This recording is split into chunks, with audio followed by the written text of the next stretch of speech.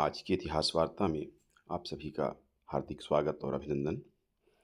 हम बात करेंगे आज भारत छोड़ो आंदोलन, उसकी क्या पृष्ठभूमि थी और उसके बाद हम देखेंगे कि किन कारणों से भारत छोड़ो आंदोलन प्रारंभ हुआ था। गांधी युग में जो आंदोलन हुए थे उनके विषय में हम बात कर रहे हैं। सबसे पहले हमने असहयोग आंदोलन, उसके पहले सत्याग्रह, सत्याग्रह के बाद असहयोग आंदोलन, फिर सविनय अवज्ञा आंदोलन और तीसरा जो महत्वपूर्ण उनका आंदोलन था, जो भारत छोड़ो आंदोलन के नाम से विख्यात है। आप सभी इनसे परिचित होंगे। इसकी पृष्ठभूमि देख लेते हैं और उसके बाद हम कारणों पर बात करेंगे। क्रिप्स मिशन इस समय 1942 में भारत आके वापस जा चुका था। स्ट्रेटफोर्ड क्रिप्स अपनी असफलता हेतु उसने ब्रिटेन में जाकर कांग्रेस को दोषी बताया था, गांधी जी को दोषी बताया था कि इन लोगों ने, कांग्रेस के नेताओं ने और कांग्रेस ने वो जो प्रयास कर रहे थे, द्वितीय विश्व युद्ध काल में जो प्रयास हो रहा था भारत को अधिकार देने का, यहाँ की समस्या के समाधान का, उस समाधान को नहीं होने दिया गया, इस तरह से प्रचारित किया गया। अल्पसंख्यकों और दलितों पर कांग्रेस अपना राज्य थोपना चाहती है। जब ये खबर भारत तक पहुंची तो कांग्रेस में भी इससे बड़ा रोष व्याप्त हुआ। क्रिप्स मिशन को वस्तुतः भारत भेजना ब्रिटिश साम्राज्यवादियों की एक चाल थी। इसका लक्ष्य कांग्रेस को दुर्बल करना तथा अंतर्राष्ट्रीय समुदाय को यह बताना कि ब्रिटेन भारतीय समस्या का समाधान करने को उद्यत है। ब्रिटेन तो चाहता है कि समस्या का समाधान हो, लेकिन भारतीय लोग ही, कांग्रेस, महात्मा गांधी या उनके नेता आड़े आ रहे हैं और समस्या का समाधान होने से रोक रहे हैं। कांग्रेस के द्वारा लगातार स्वशासन की मांग की जा रही थी। इस कारण ब्रिटिश सरकार उनसे नाराज थी। इस बार कांग्रेस का साथ द्वितीय विश्व युद्ध में उनको प्राप्त नहीं हो रहा था। इससे भी उन्हें बड़ा कष्ट था। पिछली बार प्रथम विश्व युद्ध के समय भारतीय मूर्ख बना दिए गए थे। उनको आश्वासन दे के कि आगे उनको स्वशासन दिया जा रहा है, स्वाधीनता के लिए लड़ रहे हैं, लोकतंत्र के लिए लड़ रहे हैं, ये कहकर नेताओं को भुलावे में डाला गया और बाद में स्वार्थ निकल जाने पर कुछ प्राप्त नहीं हुआ भारतीयों को। इस बार भारतीय समझे हुए थे। कांग्रेस के नेता महात्मा गांधी को भी अब इस तरह के भुलावे में नहीं डाला जा सकता था। सांप्रदायिकता के माध्यम से फूट डालकर उन्होंने भारत में शासन करने की नीति का अनुसरण किया था और उसमें सफल हो रहे थे। जापान के आक्रमण का खतरा लगातार बढ़ रहा था। हजारों की संख्या में क्षुधा पीड़ित भारतीय शरणार्थी बर्मा से बंगाल के रास्ते भारत तक पहुंच रहे थे। भूखमरी और अकाल की स्थिति निर्मित हो गई थी। हजारों लोग भूख से पीड़ित होकर मृत्यु को प्राप्त हो गए थे। यह अकाल कृत्रिम था। एक तो अतिवृष्टि अनावृष्टि की स्थितियां उत्पन्न होती हैं, लेकिन यह अकाल कृत्रिम था, मानव निर्मित था। अंग्रेजों ने जो बंगाल के क्षेत्र का चावल था, वो चावल अपने सैनिकों के लिए भेज दिया था, निर्यात कर दिया था। हजारों नावों को इसलिए नष्ट कर दिया गया था कि उनका उपयोग जापानी कर सकते हैं। उन नावों के साथ भारतीयों की जीविका, तट के क्षेत्र के लोगों की जुड़ी हुई थी, उसको बड़ी क्षति पहुंची। उनकी ज़मीनों पर कब्जा किया गया, उनके संसाधनों पर कब्जा किया गया, परिवहन के साधनों पर कब्जा कर लिया गया था अंग्रेज़ों के द्वारा, ताकि दुश्मन देश या जापानी जब आक्रमण करें तो इसका उपयोग ना कर सकें। 1942 में इलाहाबाद के अधिवेशन में राजगोपालाचारी ने ब्रिटिश सरकार के विरुद्ध एक संयुक्त मोर्चा तैयार करने के लिए, हिंदू मुस्लिम एक हो जाएं, इस प्रयास के लिए उन्होंने पाकिस्तान की मांग को स्वीकार करते हुए एक प्रस्ताव रखा था, किंतु कांग्रेस ने इसको स्वीकार नहीं किया था। तो इस तरह से ऊहापोह की स्थिति भारतीय राजनीति में चल रही थी।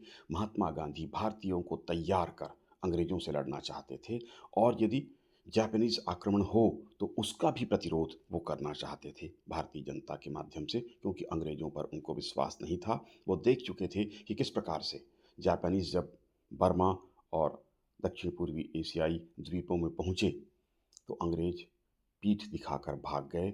उन्होंने वहाँ की जनता को उनके हाल पर छोड़ दिया। उनकी सुरक्षा के लिए कोई प्रबंध उन्होंने नहीं किया।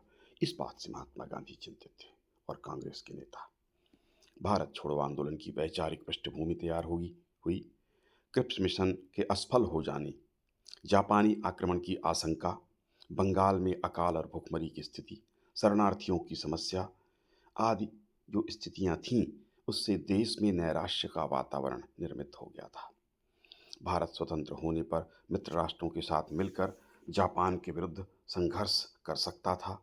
महात्मा गांधी के समक्ष समस्या थी कि किस प्रकार जनता को संघर्ष के लिए तैयार किया जाए, सरकार के समक्ष चुनौती प्रस्तुत की जाए। गांधी जी के द्वारा वैचारिक मंथन किया जा रहा था। उनके समक्ष आंदोलन की स्पष्ट धारणा विकसित होने लगी। उन्होंने यह तय किया कि सरकार के समक्ष समर्पण करने की तुलना में सामना करना का विरोध करना ज़्यादा उचित होगा। इस संदर्भ में उन्होंने हरिजन नामक पत्र था, उस पत्र में लिखा, जनता के आत्मविश्वास में वृद्धि के लिए निश्चित कार्यवाही करना आवश्यक था। महात्मा गांधी का विचार था कि यदि ब्रिटिश अधीनता में भारत नहीं होता तो जापान का आक्रमण भी यहाँ नहीं होता। जापानीज अंग्रेजों से शत्रुता के कारण भारत पर आक्रमण कर रहे थे। तो उनका विचार था कि अंग्रेजों को भारत छोड़ देना चाहिए, वह अंग्रेजों के भी हित में है और भारतीयों के भी हित में है, क्योंकि जापानीज आक्रमण तब भारत में नहीं होगा। भारत छोड़ो आंदोलन का विचार, इस विचार का जन्म महात्मा गांधी के मनोमस्तिष्क में हुआ। गांधी जी अंग्रेजों को सहयोग देने के लिए भी तैयार थे और युद्ध की परिस्थितियों में अमेरिकी और ब्रिटिश सेना को भारत में उपस्थित यदि हों तो उसको भी स्वीकार करने को तैयार थे, यदि अंग्रेज इस शर्त को स्वीकार कर लें कि वो भारत को छोड़ रहे हैं, भारत को स्वतंत्र कर रहे हैं। किंतु ऐसा हुआ नहीं। इस कारण कठोर आंदोलन की तैयारी उन्होंने की। जो भारत छोड़ो आंदोलन की वैचारिक पृष्ठभूमि थी, वो उनके मनोमस्तिष्क में तैयार हो गई। पंडित जवाहरलाल नेहरू ने लिखा, जनता की निपट निराशा को साहस और प्रतिशोध की भावना में बदलना आवश्यक था। यदि यह गतिरोध उत्पन्न करना ब्रिटिश अधिकारियों के स्वेच्छाचारी आदेशों के विरुद्ध होता, लेकिन उसे आक्रमणकारियों के विरोध में परिवर्तित किया जा सकता था। निराशा और दास्तां दूसरी ओर भी इस दृष्टिकोण को इसी प्रकार की दीनता और तुच्छताओं को उत्पन्न कराती है। ये इनके विचार थे। इस तरह कांग्रेस के नेताओं के मन में भी ऊहापोह की स्थिति थी। अब वो संघर्ष करना चाहते थे। एक तरह की दुविधा आ रही थी, किस प्रकार विरोध करें। निष्क्रिय प्रतिरोध पहले कर चुके थे, अहिंसात्मक आंदोलन किया जा चुका था, असफल हो चुका था, तो अब कुछ अलग करने की धारणा महात्मा गांधी और कांग्रेस के नेताओं में थी। कारण देखेंगे, भारत छोड़ो आंदोलन के पीछे कारण पहला, क्रिप्स मिशन की असफलता। हमने अभी चर्चा की कि क्रिप्स को भारत भेजा गया था। ये ब्रिटिश साम्राज्यवादियों की चाल थी, चर्चिल की चाल थी। उन्होंने विश्व जनमत को यह दिखाने के लिए कि भारत की समस्या के समाधान के लिए वे कितने गंभीर हैं। उन्होंने जो प्रस्ताव यहाँ पर दिए थे, सभी दलों को कुछ कुछ दे के संतुष्ट करके किसी तरीके से भारतीयों को भुलावे में डालने की नीति थी। किंतु जब महात्मा गांधी ने उनके प्रस्तावों को देखा तो दुखी होकर कहा था कि यदि यही आपका प्रस्ताव है मिस्टर क्रिप्स, यदि यही आपका प्रस्ताव है तो मेरी सलाह है कि आप दूसरे जहाज से अपने घर वापस लौट जाएं। यद्यपि कांग्रेस एवं महात्मा गांधी फासिस्ट शक्तियों की मदद नहीं करना चाहते थे और न ही उनके विरोधियों को कमजोर करना, किंतु इस समय मौन रहना उचित नहीं था। क्रिप्स मिशन का धोखा जो अंग्रेज भारतीयों को देना चाहते थे, अब तक भारतीय भली भांति समझ चुके थे। क्रिप्स मिशन असफल होकर के गया। इससे भारतीयों को जो उम्मीद थी वो भी जाती रही और अंग्रेजों को भी कोई समझौते की उम्मीद नहीं रही और दोनों एक दूसरे के विरोध में खड़े हो गए। युद्ध से उत्पन्न समस्याएं, युद्ध के कारण बहुत सारी स्थितियां निर्मित हो रही थीं। जैसा कि हमने बताया, नावों को, तटीय नावों को कब्जे में ले लिया, उनके संसाधनों को, परिवहन के साधनों को ले लिया, चावल यहाँ से निर्यात कर दिया गया। तो युद्ध से बहुत सारी समस्याएं उत्पन्न हो रही थीं। कीमतों में वृद्धि हो गई। भारतीय अनाज एवं अन्य सामग्री युद्धरत सैनिकों के लिए भेजी जा रही थी। इससे मूल्यों में वृद्धि होने लगी और बाजार में आवश्यक सामग्री अनाज की कमी हो गई। मांग और पूर्ति का नियम है, जब किसी वस्तु की पूर्ति कम हो जाती है तो मांग बढ़ जाती है, कीमत बढ़ जाती है। मांग तो खैर बनी रहती है जितनी है, बल्कि वास्तव में मांग कुछ बढ़ती है, क्योंकि किसी वस्तु की कमी से अफरा तफरी की स्थिति होती है, लोग उसको संग्रहित करके रखना चाहते हैं, तो कीमतों में वृद्धि हो जाती है और मांग भी और बढ़ने लगती है। वस्तुओं का अभाव हो गया, बाजार खाली होने लगे, सैनिकों के लिए आवश्यक सामग्री भेजी जाने लगी, तो वस्तुओं का अभाव निर्मित हुआ। तटीय क्षेत्रों में नावों को जब्त कर लिया गया, जैसे हमने चर्चा की, वो उनकी जीविका का साधन था, उन्हें बड़ा कष्ट हुआ। तटीय क्षेत्रों में नहरों का पानी बहा दिया गया कि जापानीज़ यहाँ पर आएंगे तो नावों के माध्यम से परिवहन कर सकते हैं, उनको सहायता मिलेगी। इस आशंका में नहरों के पानी को छोड़ दिया गया। अब फसलें मरने लगीं क्योंकि नहरों का पानी छोड़ा जा चुका था। इस तरह के लगातार कष्टों का सामना उत्तर पूर्वी भारतीय क्षेत्र में लोग कर रहे थे। कृषकों की संपत्ति पर कब्जा किया गया कि उस पर शत्रु कब्जा ना कर ले, जापानीज कब्जा कर लेंगे। परिवहन के साधनों को उनसे छीन लिया गया, जबकि भारतीय युद्ध में सम्मिलित होने को ही तैयार नहीं थे। और भारतीयों में यह स्पष्ट धारणा विकसित हो चुकी थी कि यदि अंग्रेज भारत छोड़ जाते, यदि अंग्रेज भारत में नहीं रहते, तो जापानियों को आक्रमण ही नहीं होता, क्योंकि भारतीयों को जापानियों से कोई शत्रुता नहीं थी।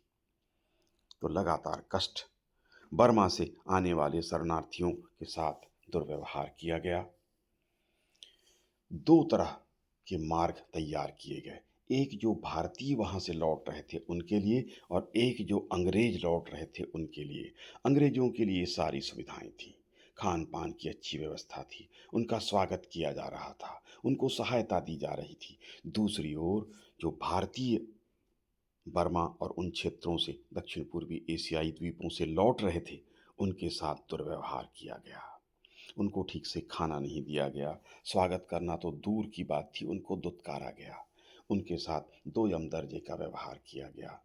इस तरह से बड़े अपमानजनक स्थितियों में भारतीय लौट रहे थे, कोई सुविधा उनको नहीं दी गई थी। ये भेदभाव स्पष्ट रूप से दिख रहा था। इसकी जांच के लिए वायसराय परिषद के 3 भारतीय सदस्य बंगाल गए और उन्होंने बड़ा मार्मिक विवरण दिया। जापानी आक्रमण का भय इस समय था, जैसे कि हम चर्चा कर ही रहे थे कि जापान के आक्रमण का भय लगातार भारतीय क्षेत्र में था। इस बात से बड़ी अफरा तफरी की स्थिति निर्मित हुई थी। भारतीय आशंकित थे कि जापानी कभी भी आक्रमण कर सकते हैं। पंडित जवाहरलाल नेहरू ने लिखा, अंग्रेजी शासन इस समय नग्न सत्ता का प्रतीक बन गई थी। गांधी जी ने भी लिखा था, भारत के लिए उसके परिणाम कुछ भी क्यों न हो, भारत और ब्रिटेन की वास्तविक सुरक्षा समय रहते इंग्लैंड के भारत को छोड़ देने में ही है। भारतीयों को जापानी आक्रमण का भय सता रहा था। जय और पराजय से कुछ नहीं था, किंतु भारतीयों को इससे बड़ा नुकसान उठाना पड़ता। आप सभी परिचित होंगे कि जिस क्षेत्र में युद्ध होता है वहाँ महाविनाश हो जाता है, मकान जल जाते हैं, संसाधन नष्ट हो जाते हैं, यातायात के मार्ग कट जाते हैं, पुल टूट जाते हैं, तो बहुत बुरी स्थितियाँ निर्मित होती हैं। उससे भारतीय आशंकित थे और चाहते थे कि अंग्रेज जल्दी से जल्दी भारत छोड़ दें। ब्रिटिश सैनिकों के पीछे हटने की अव्यवस्था से भारतीय परिचित थे। सिंगापुर में और इन क्षेत्रों में, रंगून में जब धुरी राष्ट्रों का अधिकार हुआ, कोलकाता पर बमबारी हुई, उसके बाद देखा गया कि जैसे ही जापानियों को वहाँ कब्जा होता है, अंग्रेज अपने आप को, अपनी बस्ती को सुरक्षित स्थान में ले जाते हैं, केवल अपना स्वार्थ देखते हैं, जनता की ओर उनका कोई ध्यान नहीं था। उससे जो अव्यवस्था उत्पन्न हुई, उससे भारतीय पीड़ित थे कि यहाँ भी ऐसी अव्यवस्था उत्पन्न होगी। अंग्रेजों पर कोई विश्वास नहीं रहा था। अब तक जो थोड़ा बहुत विश्वास था वो भी जाता रहा था। उन्होंने देख लिया कि उनका व्यवहार दक्षिण पूर्वी एशियाई द्वीप समूहों में, बर्मा में, मलाया में किस प्रकार का था, किस तरह से जनता को उन्होंने तोड़ा, उनकी सामग्री पर कब्जा किया और केवल अपने स्वार्थ पर केंद्रित होकर अपनी सुरक्षा पर ध्यान दिया। जनता को अपने हाल पर मरने के लिए छोड़ दिया गया था। तो भारतीयों का अंग्रेजों पर जो विश्वास था वो जाता रहा। इसलिए वो स्वयं कोई आंदोलन करके अंग्रेजों को भारत से निकालना चाहती थी। ब्रिटिश सरकार के दृष्टिकोण में परिवर्तन नहीं हुआ। कांग्रेस और आंदोलनकारियों की लगातार चेतावनियों के बावजूद, विरोध प्रदर्शनों के बाद, जुलूस के बाद, आंदोलन के बाद भी ब्रिटिश सरकार की नीति में, उनके विचारों में कोई परिवर्तन नहीं हुआ। इस कारण भीषण आंदोलन की आवश्यकता थी। गांधी जी का अहिंसक संघर्ष का निश्चय, गांधी जी का विचार था कि भारत से अंग्रेजों को तत्काल चले जाना चाहिए और इसके लिए एक आंदोलन की आवश्यकता थी। युद्ध जनित परिस्थितियों को वो देख चुके थे। अंग्रेज युद्ध के समय लाभ लेने के लिए चालें चलते हैं और बाद में मुकर जाते हैं। अभी तक जो स्वराज की बात चल रही थी, डोमिनियन स्टेटस की बात चल रही थी, वो अब तक प्राप्त नहीं हुई थी, जबकि 1929 से ही भारतीय पूर्ण स्वराज की मांग कर रहे थे। ये झुंझुना भारतीयों को दिखाकर सहायता प्राप्त करते थे और अपना मतलब निकल जाने के बाद धोखा देते थे, भारतीयों को कोई अधिकार नहीं देते थे। तो गांधी जी का अहिंसक संघर्ष का निश्चय इसीलिए किया गया। उन्होंने कहा, अंग्रेजों, भारत छोड़ जाओ, हिंदुस्तान को भगवान के भरोसे छोड़ जाओ। अगर इतना ना हो सके तो अराजकता अराजकता के हाथों ही सौंप जाओ, लेकिन भारत छोड़ो। ये विचार उनके मन में आया था। अंग्रेजों द्वारा भारत को युद्ध में झोंकना। अंग्रेजों ने भारतीयों को बिना भारतीयों की इच्छा जाने, इतनी बड़ी राष्ट्रीय पार्टी थी, उनसे भी मशवरा नहीं किया गया, किसी से कोई चर्चा नहीं की गई और सीधे तौर पर भारत को युद्ध में झोंक दिया। 25 लाख भारतीय युद्ध में लड़ रहे थे। भारतीय संसाधनों का उन्होंने प्रयोग किया। आर्थिक रूप से जबरदस्त शोषण भारत का शुरू हुआ। भारतीयों को युद्ध में शामिल किया गया, लेकिन पूछा नहीं गया। समानता का अधिकार ही वो भारतीयों को नहीं देते थे। तो युद्ध जनित परिस्थितियों में भारतीयों को डाला गया। भारतीय इस बात से नाराज थे। भारतीय संसाधनों को युद्ध में लगा दिया गया बिना भारतीयों को सहमत किए। इस बात से भारतीयों में बड़ी नाराजगी थी। सुभाष चंद्र बोस का उग्रवादी प्रचार चालू हुआ था। वो भारत से नज़रबंदी से निकल चुके थे और सिंगापुर और जर्मनी, जापान की यात्रा पर थे। उन्होंने आज़ाद हिंद फौज गठित कर लिया था और रंगून रेडियो से वो लगातार भारतीयों से अपील कर रहे थे कि अंग्रेज़ों का असहयोग करें, अंग्रेज़ों के साथ संघर्ष करें, स्वर्णिम अवसर है भारतीयों के लिए। महात्मा गांधी के नाम से उन्होंने संदेश भेजा कि वो जो कर रहे हैं उससे फ़र्क पड़ रहा है, आप भी करें। सत्ता का अंत करने के लिए वो भारतीयों को लगातार प्रेरित कर रहे थे और स्वाभाविक रूप से भारतीय सुभाष चंद्र बोस से प्रेरित थे, क्योंकि कोई भी किसी भी अत्याचारी के खिलाफ शांति के मार्ग को उचित नहीं मानता, अहिंसा के मार्ग को उचित नहीं मानता। कोई आप पर यदि अत्याचार कर रहा है तो आप उसका विरोध ही स्वीकार करेंगे। तो सुभाष चंद्र बोस वही कर रहे थे। सेना लेकर भारत पर आक्रमण करके भारतीयों को जीत कर स्वतंत्र करना चाहते थे अंग्रेजों के खिलाफ। उनके जो विचार थे उससे जबरदस्त प्रभाव पूरे भारत पर पड़ा था। व्यक्तिगत सत्याग्रह का अंग्रेजों ने दमन किया। पहले गांधी जी ने व्यक्तिगत सत्याग्रह प्रारंभ शुरू किया था, किंतु उसका दमन किया जा रहा था 25,000 सत्याग्रहियों को, जबकि वो शांति के साथ धरने पर बैठ रहे थे। फिर भी उनको गिरफ्तार किया गया था। जवाहरलाल नेहरू को भी गिरफ्तार कर लिया गया था। विनोबा भावे सहित 25,000 लोग गिरफ्तार थे। तो व्यक्तिगत सत्याग्रह का भी जो दमन किया गया, उसके कारण भी ये आंदोलन की भावना निर्मित हुई। नैतिकता का आधार था। नैतिकता के आधार पर आंदोलन हेतु भारतीय जनता प्रेरित हो रही थी, क्योंकि मित्र राष्ट्रों के द्वारा साम्राज्यवाद के खिलाफ युद्ध कहा गया था। द्वितीय विश्व युद्ध को लोकतंत्र के समर्थन के लिए युद्ध की घोषणा की गई थी, जबकि भारत में यही साम्राज्यवाद कायम किया जा रहा था और लोकतंत्र की खिलाफत की जा रही थी। इसलिए मित्र राष्ट्रों का दबाव इनके ऊपर पड़ा था, अंग्रेजों पर, और इसी नैतिकता के दबाव को बचाने के लिए उन्होंने क्रिप्स को भारत भेजा और ये साबित किया कि भारतीय ही नहीं चाहते, नहीं तो हम तो उनको अधिकार देने को तैयार हैं। हमने बाकायदा कमेटी भेजी है और जाकर भारत में सुधार करने का प्रयास किया है, उनको अधिकार देने का प्रयास किया है, लेकिन वो स्वीकार करने को ही तैयार नहीं है। जबकि क्रिप्स सीधे तौर पर भारतीयों को बेवकूफ़ बनाने में लगा हुआ था। महात्मा गांधी ने कहा भी था कि दिवालिया बैंक के नाम चेक देने का प्रयास मिस्टर क्रिप्स कर रहे हैं। यानी दिवालिया बैंक है जहाँ से कुछ भुनाया ही नहीं जा सकता। भविष्य के लिए सारी बातें थी कि हम ऐसा करेंगे, ऐसा कर देंगे। जो करना था वो तुरंत करना था। भारतीय मांग कर रहे थे कि अधिकार दीजिए, एक हाथ से दीजिए और दूसरे हाथ से लीजिए, हम सहयोग करेंगे, आप भारत छोड़िए, हम पर छोड़ दीजिए, हम जैसा करेंगे, आपको क्या चिंता है। लेकिन अंग्रेज भारतीय जनता की चिंता दिखा रहे थे कि ऐसे कैसे छोड़ देंगे, अभी युद्ध काल है और सारी सहायता आप हमको दें, बाद में हम क्या देंगे या नहीं देंगे हम पर निर्भर है। किंतु इस बार इस नैतिकता के आधार को लेकर जो वो बात कर रहे थे उसको भारतीयों ने उनके विरोध में ही प्रयोग किया कि आप लोकतंत्र के लिए युद्ध लड़ रहे हैं, साम्राज्यवाद के विरोध में युद्ध लड़ रहे हैं, तो वही पहले नीति यहाँ पर कायम करिए, तब हम सहयोग करेंगे। तो नैतिकता का आधार था। गांधी जी के दृष्टिकोण में परिवर्तन हो चुका था। पूर्व में गांधी जी लगातार अहिंसा की ही बात कर रहे थे, अभी भी उन्होंने अहिंसा की ही बात की, लेकिन उनके भाषणों से यह स्पष्ट जाहिर हो रहा था कि वो कह तो अहिंसात्मक आंदोलन की बात रहे थे, लेकिन वस्तुतः वो भी अब चाहते थे कि कुछ न कुछ हिंसा अब हो ही जाए। उन्होंने कभी ऐसा नहीं कहा, लेकिन उनकी बातों को देखिए, भाषण को देखिए। अंग्रेज़ों भारत छोड़ो, करो या मरो, या तो हम मर जाएँ या तो हम कुछ करें, तो करें क्या? क्या लाठी खाने को करना कहा जाएगा? लाठी करने में खाने में तो कुछ करना नहीं था, शांति से खड़े हो जाना था। अंग्रेज सिपाही आएँगे, सैनिक आएँ, हमको मारें-पीटें, घायल करें, लहू-लुहान करें, हमें कुचल दें, हमें अपमानित करें और चले जाएँ। इसके लिए कुछ करने की आवश्यकता तो थी नहीं। फिर क्या करने को महात्मा गांधी कह रहे थे? तो उनका एक भीतर निहित संदेश था और कम से कम ऐसा संदेश नहीं था, कुछ लोग ऐसा कहते हैं, लेकिन ऐसा नहीं हो सकता। निश्चित रूप से कुछ न कुछ संघर्ष वो चाहते थे।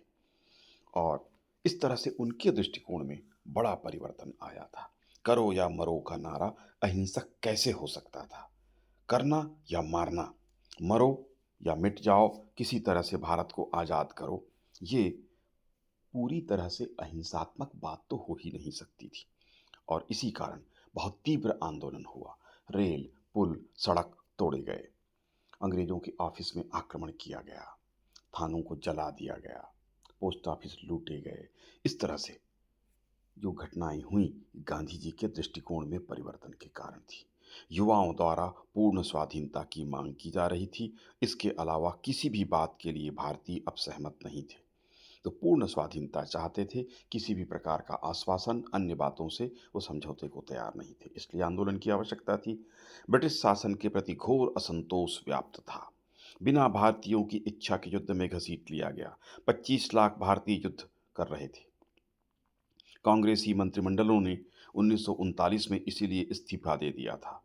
अंग्रेजों पर कोई फर्क नहीं पड़ा। भारतीय संसाधन छीने जा रहे थे। भारतीयों पर कर लगाया जा रहा था। भारतीयों का दमन किया जा रहा था। संचार के साधन जो थे उसको भारतीयों ने नष्ट करना शुरू किया। अंग्रेजों का विरोध करना इसीलिए शुरू किया। तो जो ज़बरदस्त असंतोष भारतीयों में व्याप्त हो गया था अंग्रेजों के खिलाफ, उनके अत्याचार के खिलाफ, उनके शोषण के खिलाफ और भारतीयों को बिना उनकी इच्छा जाने युद्ध में घसीट लेने के खिलाफ। तो इसलिए आंदोलन की आवश्यकता थी। जबरदस्त जागृति थी। भारतीय अच्छी तरह से जानते थे कि सुअवसर है। अभी अंग्रेजों को भारतीयों की आवश्यकता है और अंग्रेज एक विश्व युद्ध में फंसे हुए हैं। बहुत ज़्यादा ध्यान वो इस ओर नहीं दे पाएंगे और इस अवसर का लाभ उठाया जा सकता है, वह उठाना आवश्यक था। इसलिए आंदोलन हुआ। ब्रिटेन की पराजय से प्रोत्साहन, जर्मनी और जापान की सेना के द्वारा अंग्रेजों को परास्त किया जा रहा था। यूरोपीय क्षेत्र में जर्मनी सफल हो रहा था, तो जापान दक्षिण पूर्वी एशियाई देशों में ब्रिटिश साम्राज्य को समाप्त करता जा रहा था। इस बात की सूचना जब भारतीयों तक पहुंच रही थी, तो भारतीयों में जो ये धारणा थी कि अंग्रेज अजेय हैं, उनको पराजित करना संभव नहीं है, वो धारणा टूटती जा रही थी।